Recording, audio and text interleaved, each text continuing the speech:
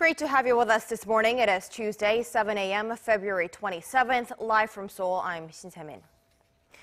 South Korea's top diplomat has raised the unresolved issue of Japan's sexual enslavement of Korean women during World War II in a speech to the United Nations Human Rights Council in Geneva. South Korea's Foreign Minister Kang Kyung-wha also touched upon other human rights issues during her address. Our Seung-jae starts us off. Marking the 70th anniversary of Universal Declaration of Human Rights in 1948, South Korean Foreign Minister Kang Kyung-wha delivered her keynote speech on Monday to the UN Human Rights Council in Geneva, Switzerland. Among the issues she raised was the unresolved issue of Japan's sexual enslavement of Korean women during World War II.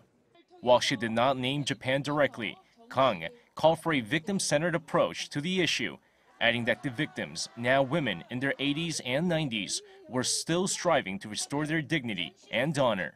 Japan formally complained about the keynote speech, warning that it should not be allowed to harm bilateral relations at a critical time in East Asia. Junichi Ihara, Japan's ambassador to the UN in Geneva, added that Kang's statement was totally unacceptable.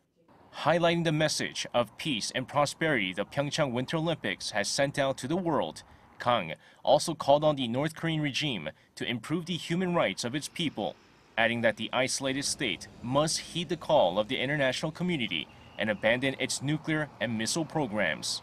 It is imperative to ensure that the spirit of Pyeongchang lives long after the Games, so that peace can take firm root on the Korean Peninsula and the dire human rights situation in the north can be improved.